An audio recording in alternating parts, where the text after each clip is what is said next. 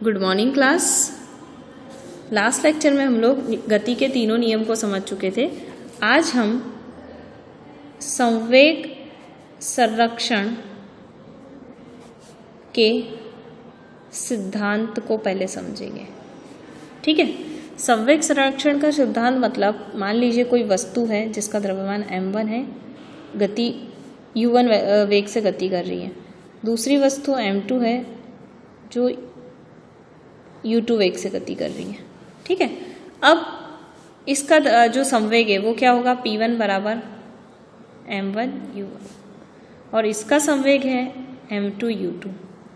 अब इन दोनों की गतियाँ बराबर नहीं है, u1 अलग है u2 अलग है। मान लीजिए u1 ज़्यादा हो जाता है u2 से, तो ये जाकर इससे टकराएगी। टकराने के बाद इनकी गति में परिवर्तन होगा। द्रव्यमान तो वही रहेगा पर इसकी गति यानी इनका वेग v1 हो जाएगा और इसका वेग हो जाएगा v2। ठीक है, तो टकराने के बाद इनके मोमेंटम के होंगे v1 m1 v1 और m2 v2 होंगे। ठीक है, अब देखिए कि संवेग संरक्षण का सिद्धांत का मतलब होता है कि किसी भी वस्तु के जो संवेग है उसमें कोई भी क्रिया हो जाए वो पहले और बाद में हमेशा बराबर होती है। क्रिया मतलब अब यहाँ पर संवेग गति को दर्शाता है और द्रव्यमान को दर्शाता है। तो इन दोनों का अगर मैं योग कर दूँ, टकराने के पहले दोनों का योग कर दें, वो बराबर आ जाए किसके, टकराने के बाद वाले के। तो ये जो लाइन मैंने लिखी है इसी को हम संवेग संरक्षण का सिद्धांत कहते हैं कि किसी भी अभिक्रिया के तहत या किसी भी क्रिया के तहत किसी भी वस्तु का क्रिया से पहले और क्रिया के बाद, ठीक है, जो संवेग होता है वो हमेशा बराबर होता है और इसी को हम संवेग संरक्षण का सिद्धांत कहते हैं। बराबर होना मतलब इसमें कोई नुकसान या लॉस नहीं होना, कोई एनर्जी का लॉस नहीं होना, न इसकी गति में कोई बदलाव आना। ठीक है, बदलाव आ भी जाए तो दोनों का योग और पहले वाली और बाद वाली हमेशा बराबर होगी, न इनके द्रव्यमानों का लॉस होना, हानि होना। ठीक है, तो इसके कारण ही संवेग इनके पहले और बाद में बराबर होंगे। तो सब इसी लाइन को, ये जो मैंने स्टेटमेंट लिखा है इसी को हम क्या कहेंगे, संवेग संरक्षण का सिद्धांत। ठीक है, तो यहाँ पर हमें न्यूटन के गति के तृतीय नियम से संवेग संरक्षण के सिद्धांत को प्रतिपादित करना है। तो क्वेश्चन क्या है हमारा, न्यूटन के गति के तृतीय नियम से संवेग संरक्षण के सिद्धांत को स्थापित कीजिए। सुनो, इसको समझाने के लिए आपको फिर से वही चीज़ समझानी है कि माना वस्तु A है, द्रव्यमान m है और u1 वेग से गति कर रही है। दूसरी वस्तु B है, द्रव्यमान m2 है और u2 वेग से गति कर रही है। ठीक है, तो इन दोनों के जो द्रव्यमान है संवेग है वो m1 u1 थ्योरी में लिख लीजिएगा ये सारी चीज़ें, और m2 u2 है तथा दोनों की गति में u1 बड़ी है किससे, u2 से, तो इनके मध्य टक्कर होने के बाद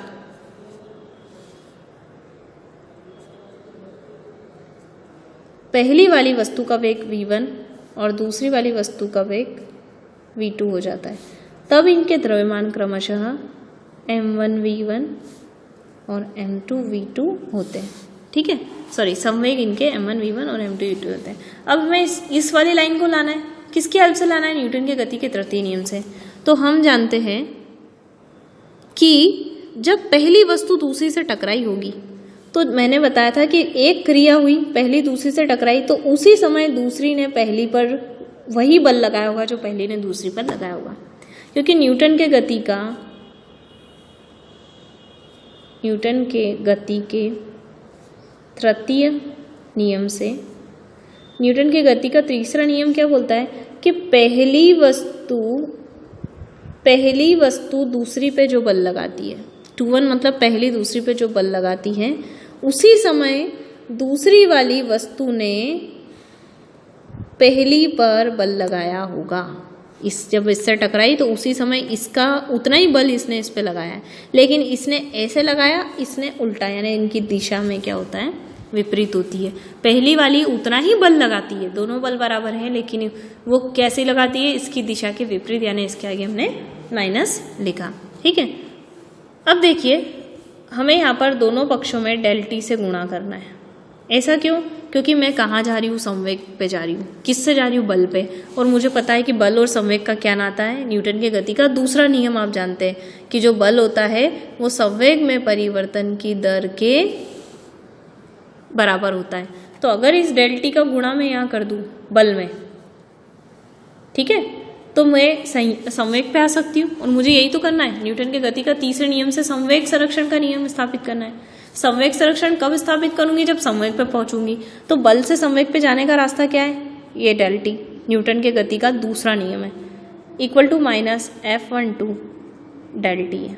ठीक है, अब हम जानते हैं न्यूटन के गति के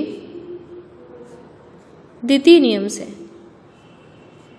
क्या बोलता है द्वितीय नियम, कि डेल टी डॉट एफ किसके बराबर होता है? संवेग में परिवर्तन के। ठीक है, अब इसके अनुसार अगर डेल टी है और F21 है, F21 का मतलब होता है कि पहली वस्तु के ने दूसरी पर बल लगाया, तो संवेग में परिवर्तन किसके आएगा? दूसरी वस्तु पर आएगा। पहली ने दूसरी पे बल लगाया तो संवेग किसका बदलेगा? दूसरी का बदलेगा। दूसरी का संवेग बदलना मतलब क्या होता है कि दूसरी का m2 है, दूसरी का वेग बाद में कितना हो गया था? v2, और दूसरी का पहले वाला वेग कितना था? u2 था। ठीक है, तो इसका मतलब है कि दूसरी वाली वस्तु का संवेग बदल गया। संवेग बदलना मतलब उसका बाद वाला संवेग माइनस उसका पहले वाला संवेग। ये बाद वाला था, ये देख लीजिए, ये बाद वाला संवेग था उसका, और ये पहला वाला संवेग था। और डेल टी F12 का मतलब क्या होता है? तो यहाँ देखिए 12 है तो क्या होगा? दूसरी वाली ने पहली पे बल लगाया, यानी कि संवेग किसका बदला? पहली वाली का। अब पहली वाली का संवेग कितना बदला है? तो पहली वाली का जो बाद वाला था m1v1 माइनस m1u1।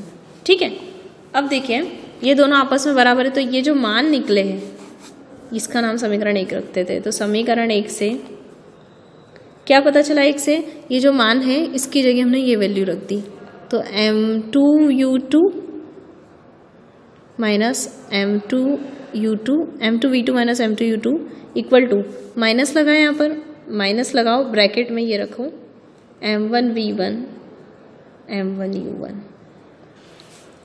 अब m2v2 minus m2u2 minus open किया तो माइनस m1v1 प्लस m1u1। ठीक है, अब m1u1 प्लस का है, यहाँ पर m1v1 माइनस का है। ये m1v1 इधर लाएंगे तो m1v1 माइनस का इधर आया तो प्लस का, और इधर ये प्लस का है तो प्लस m2v2, और m1u1 प्लस का है, ये माइनस का टर्म इधर आया तो m2u2 बन जाएगा। अब ये देखिए, ये आ गया संवेग संरक्षण का सिद्धांत। ये टकराने के पश्चात दोनों वस्तु का संवेग का योग बराबर है किसके? टकराने के पहले दोनों वस्तु के संवेग के योग के। ठीक है, तो इससे हम कहते हैं कि तृतीय नियम की सहायता से संवेग संरक्षण के सिद्धांत को प्रतिपादित किया। ठीक है, अब अगर हम एक क्वेश्चन और देखते हैं कि संवेग संरक्षण के नियम से गति के तृतीय नियम को स्थापित करना। समझ गए आप? यानी कि संवेग संरक्षण का नियम का उपयोग करना है इस बार, और लाना क्या है? गति का तीसरा नियम। ठीक है, तो हम फिर से इसमें थ्योरी लिखेंगे कि माना दो वस्तुएं जिनका द्रव्यमान m1v1 है, जिनका वेग जो u1 u2 से वेग से गति कर रही थी, दोनों टकराई तो दोनों के संवेग में परिवर्तन डेल p1 और डेल p2 हुआ। ठीक है, अब हमें पता है कि दोनों का संवेग है, तो हमें पता है कि चूंकि संवेग संरक्षण के नियम से इसका उपयोग करना है ना, तो संवेग संरक्षण के नियम से संवेग संरक्षण क्या बोलता है कि टकराने के पहले, मतलब पहली वस्तु का परिवर्तन जो है और प्लस दूसरी वस्तु का परिवर्तन है, दोनों का योग करेंगे तो क्या आएगा 0। ठीक है, दोनों वस्तु के परिवर्तन करेंगे, योग करेंगे तो 0 आएगा। तो यहाँ से del P1 equal to minus del P2। ठीक है, अब दोनों पक्षों में डेल T से गुणा करने पर दोनों पक्षों में डेल T से भाग दे देते हैं, क्योंकि वहाँ गुणा किया था तो मुझे पता है कि संवेग से मुझे कहाँ जाना है, बल पे जाना है, और चूंकि मैं जानती हूँ कि बल क्या होता है, संवेग में परिवर्तन के बराबर होता है, तो यहाँ पर मैंने डेल T से भाग दे दिया। ऐसा करने से मुझे पहली वस्तु का परिवर्तन देखना है, तो पहली वस्तु का परिवर्तन क्या होगा, पहली वस्तु में परिवर्तन आया यानी कि जो बल होगा, इसकी जगह मैं डायरेक्ट सूत्र लिख रही हूँ इस पूरे की जगह, क्योंकि ये पूरा टर्म F के बराबर है। तो इसमें जो परिवर्तन आया वो डायरेक्ट किसके बराबर होगा, पहली में आया मतलब दूसरी वाली ने पहली पे बल लगाया होगा, तब पहली में परिवर्तन आया, माइनस डेल P2 यानी दूसरी में परिवर्तन आया, यानी कि अब पहली वाली ने दूसरी में बल लगाया होगा। ठीक है, और यही आपका तृतीय नियम है। तो ये डेरिवेशन बहुत सिंपल थे। इसके बाद हम जो लास्ट है रॉकेट नोदन का सिद्धांत वो देखेंगे, जो कि संवेग संरक्षण पर ही निर्भर करता है, और उसके बाद इस चैप्टर का सेकंड पार्ट स्टार्ट होगा जो कि है घर्षण। ठीक, आज के लिए इतना ही। Thank you.